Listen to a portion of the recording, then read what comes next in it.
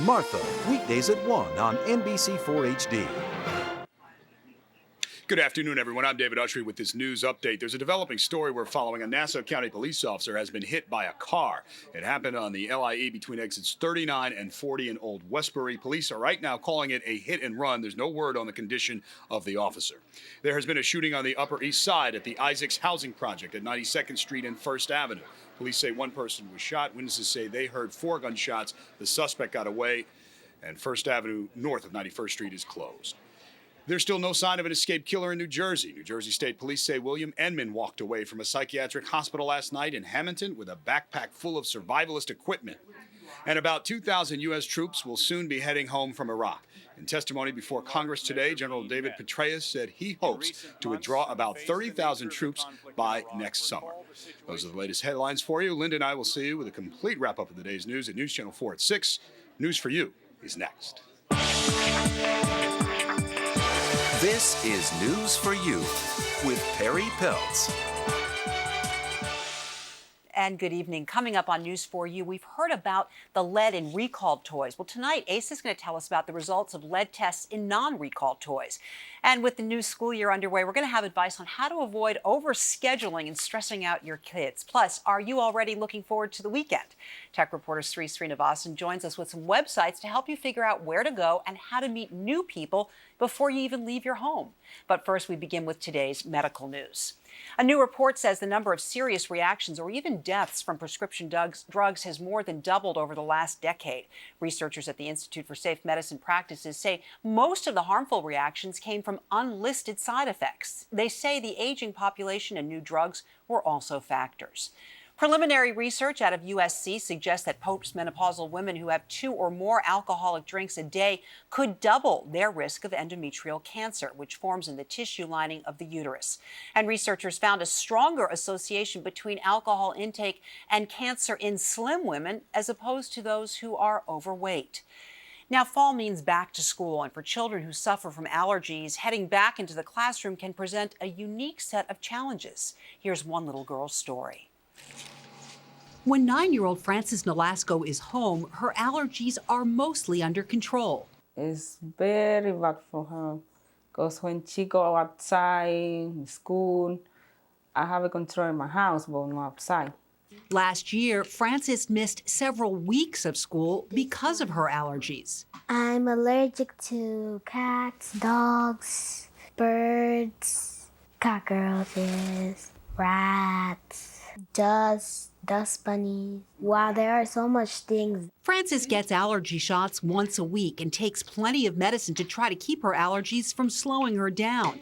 But her mother says once school starts, she expects several calls a month to come and pick her up because of allergies. Now, here to help us understand a little bit more about allergy risks at school and what you can do about them is Dr. Marjorie Slankard. She's an allergist at New York Presbyterian Hospital, Columbia. And Dr. Slankard, welcome. Thanks for being here. Thank you, Perry. Let's talk about Frances.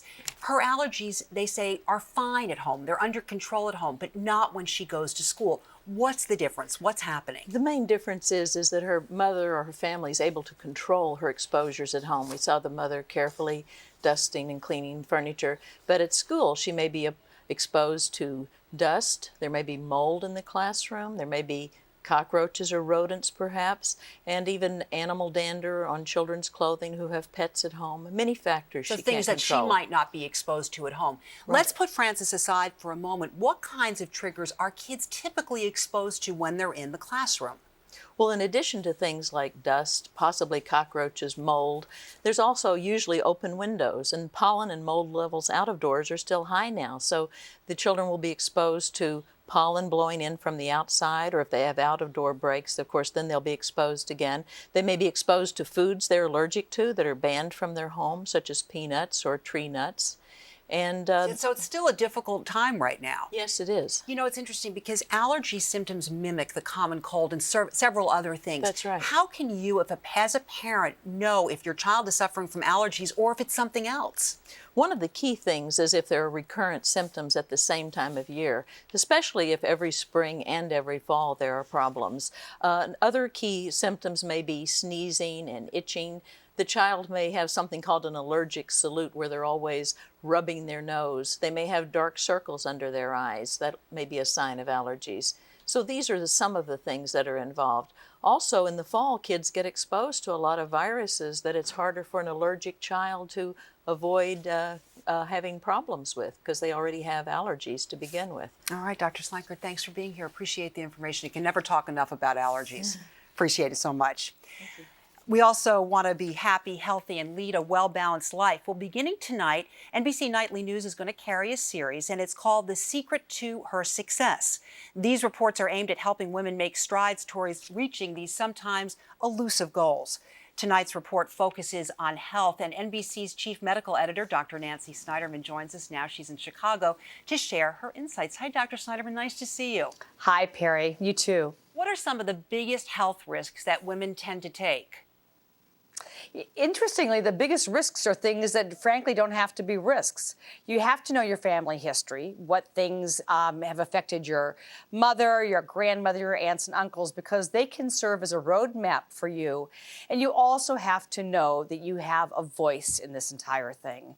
The modern medical system doesn't treat women with great manners oh so well. So know that you can speak up for yourself, ask for second opinions.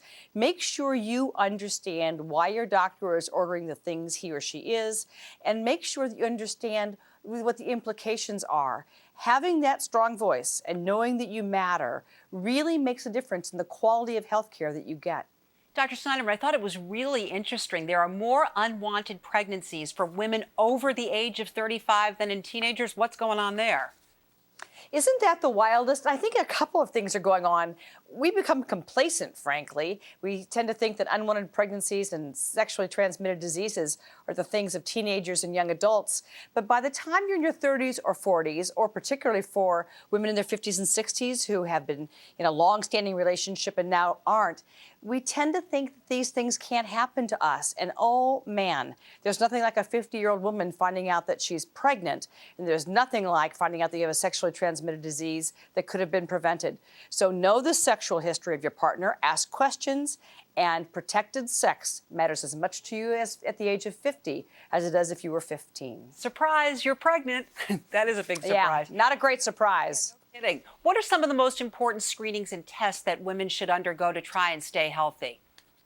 You know, I'm a big believer in screening tests. So the basics right now are mammograms for women 35 and over. If you're sexually active, you have to have a relationship with an OBGYN, and colonoscopy from 50 and on. But if you have a history of certain cancers, breast cancer, ovarian cancer, or cancer of the colon, your doctor may decide to move up that screening test, and you may get screened more often. And that's where you really have to have a partnership with your doctor and know what you might be at risk for. All right, Dr. Nancy Snyderman, thanks so much. Good luck with the series. Sounds You bet, really Perry. interesting. And Dr. Snyderman will have more as part of the series, The Secret to Her Success. That's coming up at 6:30 on NBC Nightly News with Brian Williams.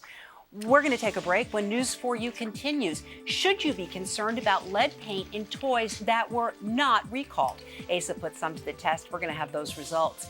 And from school to sports to dance, overscheduling your kids can really take a toll on them. We're going to have advice on how to help them maintain a well-balanced lifestyle. Stay with us. On the next Access Hollywood, Oprah's bash for Obama in Santa Barbara. Sean is invited inside.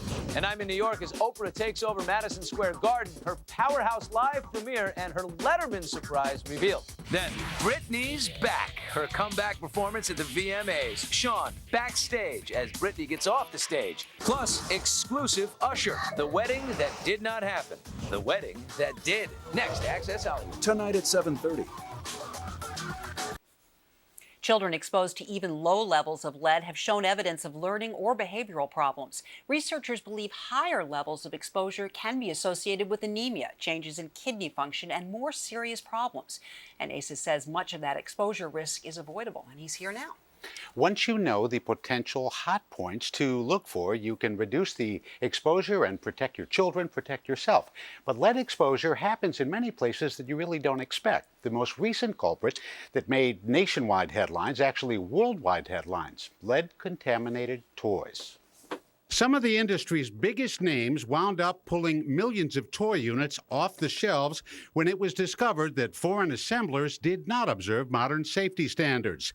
Some painted or metallically colored toys owed part of their finish to lead particles in the mix. As I said, the affected toys were quickly recalled. Now, if you're like me, you probably don't want to depend strictly on regulators for your safety. So what are some things you can look for on your own? Yossi Stern of NY Lead Abatement professionally tracks lead contamination for building and school contractors. Lead content has a way of brightening the pigment and brightening the color to make it a really fire engine red or really a school bus yellow. Another way is if you brought back toys from overseas, that would be a concern because, again, they don't follow the same rules and regulations as we do, and you could be bringing back a product that was made without following certain guidelines. And even that's no guarantee you're going to find high lead levels. He used a device called an X-ray fluorescent analyzer to check new toys we bought at random from local stores, even street vendors. Not one showed even a hint of high lead. It did come up with a slight amount of lead content, but well below the threshold for failure. This had a slight trace of lead, but really, really low. So while that's certainly good news on a very limited, very unscientific sample of about a dozen toys, the real danger for kids and lead may be lurking closer to the home front. If you have older toys you're not sure of, get rid of them. Family heirlooms, case them. A toy your child won't part with, wash it daily. And remember, lead contamination is not just a kid's problem. Your grandma's china? Ah, look at that. Positive. The lead is 1.7. Before you break it out for the holidays, watch tomorrow. Now, please do not throw out your china plates, but I did find out some very fascinating things about plates, glazes, Depression-era glass, really a lot of things that you probably have around the house right now that you need to know about and also use properly. So don't be alarmed, but do join me here tomorrow and become informed, because this is very interesting about lead and eating utensils. And very much in the news right now. Yes. All right, Asa, look forward to tomorrow. Thank you. Well, once again this year, NBC Universal is a partner in the National Literary Awards program called the Quill Awards. And this year, there's something new. You can choose the overall book of the year from the winners in the 19 individual categories. Some of the winners were announced this morning. They include The Road by Cormac McCarthy. For general fiction, The Assault on Reason by Al Gore. For history, Angels Fall by Nora Roberts in the romance category, and I Like You, Hospitality Under the Influence by Amy Sedaris in the humor category. To vote on the book of the year, log on to our homepage, WNBC.com, and look under Quill Awards. Jane Wyman, the Academy Award-winning actress and first wife of Ronald Reagan, has died. Wyman won an Oscar for playing a deaf rape victim in 1948's Johnny Belinda. The same year, she divorced the future president. She gained legions of fans decades later for her starring role on the long-running TV show Falcon Crest. Wyman died this morning in her Palm Springs home. She was 93. And now here's David with a look at what's ahead on News Channel 4 at 6. David? Perry, coming up at 6, gunfire hits one man on the Upper East Side. We'll have the latest in a live report. Also, from the basketball court to civil court, the case against New York Knicks coach Isaiah Thomas. And meet this bold 74-year-old man who tells us how he wrestled off a would-be robber. I've got those stories and much more when Linda and I see you at 6. Perry? We look forward to it. David, thank you very much. If shuttling the kids from activity to activity wears you out, just imagine what it does to them. When we return, we're going to offer expert advice on how to keep your kids from burning out, plus online guides to some of the city's hottest locations. Stay with us. NBC Tuesday. Anything is possible. 23 million calories burned. 6,500 pounds lost. Yes! Countless lives changed. I'm healthy now. I can't thank him enough for giving me my life back. And this season, there's a huge twist. Jillian is back. This is your last chance! The 2-hour season premiere of The Biggest Loser, Tuesday, 8/7 Central on NBC. Closed captioning provided by Toyota, a smart way to keep moving forward. Carpentry, music, sports, cheerleading, computers, chess, karate. They all sound like fun, and they're just some of the choices that kids have when it comes to after-school activities. Well, now that the kids are back in school, it's time to figure out what they do after school. But how much should you schedule for your children, and when are they doing too much? Nancy Schulman and Ellen Birnbaum are the authors of Practical Wisdom for Parents. They join us now to share some of that practical wisdom, and goodness knows we all need it. Welcome, ladies. Thank you. Nancy, let me start with you. In a parent's zeal, they want their kids to do everything, to have all these opportunities. We tend, understatement, to overschedule them. Right. How often do you see that? It's pretty common. I think there's so many wonderful programs for children out there, and I think parents are wanting to keep their children productive, and so they want to keep them busy doing interesting things. But what happens is they have them doing a little bit too much. Instead of picking and choosing, they're overdoing it a little bit, and it's quite common now. Ellen, but what about the parents say, but Susie's doing this and this one's doing that, and I want to get my kid into Harvard even though they're just 4 years old. Don't I have to do all of these activities? Right, and so many parents come to Nancy and I and ask us which activities and what, because this person is doing them and that person is doing them. And we reassure them that it isn't all those activities that are important. Play is really what's important for children, and they don't need to be productive in those terms during their day. Nancy, how do you help figure out what a child can be doing? How much is too much? How do you help figure out which activities to choose? Well, first of all, it should be fun. And your children should enjoy it. Oh, it there is fun. I yeah, forgot fun, about that. Fun. It should be fun. And what you want to do is really help them pick something that they enjoy doing, not something you think they ought to be doing. And think about what the motivation is behind it. And it should be something that's really creative and open-ended, so there's lots of different skill areas and skills and abilities they can be using. Ellen, how do you know if your child is overscheduled? Are there symptoms? Yes, you can see it in the classroom. They're tired. Sometimes they say they're bored when they mean, I really don't know what to do. And they don't have that kind of spontaneity and excitement about things that children should have at this age. Nancy, best advice to parents out there who are saying, I just want to do what's right. Pick an activity that your child really enjoys. You don't have to master everything that there is to do by age 5. We pretty much say if it's a 3-year-old, pick one thing a week. If it's a 4-year-old, no more than 2 things a week. Have lots of time for play and lots of time for play dates with other children too. All right, Nancy Schulman, Ellen Birnbaum, thank you so much for being here, both from the 92nd Street Y. We really appreciate it. Thanks. And now we'd like to introduce you to a new part of our show, which we're very excited about. We want to actually see what's going on in your community. So every Monday, we're going to select a topic, and we're going to ask you, our viewers, to email us photos that fit the bill. So this week, our topic is back to school. If you have a photo of your child heading back to school this year, please send it to us on WNBC.com. We're going to create a slideshow on the site with the submitted pictures, and then we hope to air some of our favorites right here on our air this Friday. So we look forward to it. Let us see those pictures.